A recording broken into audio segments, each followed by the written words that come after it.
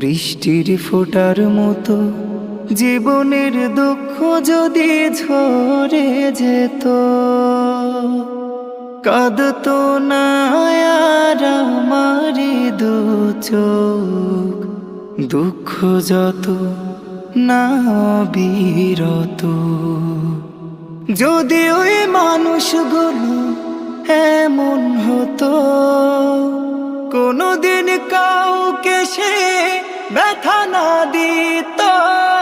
যদি ওই মানুষগুলো এমন হতো, কোনদিন কাউকে সে ব্যথা না দিত।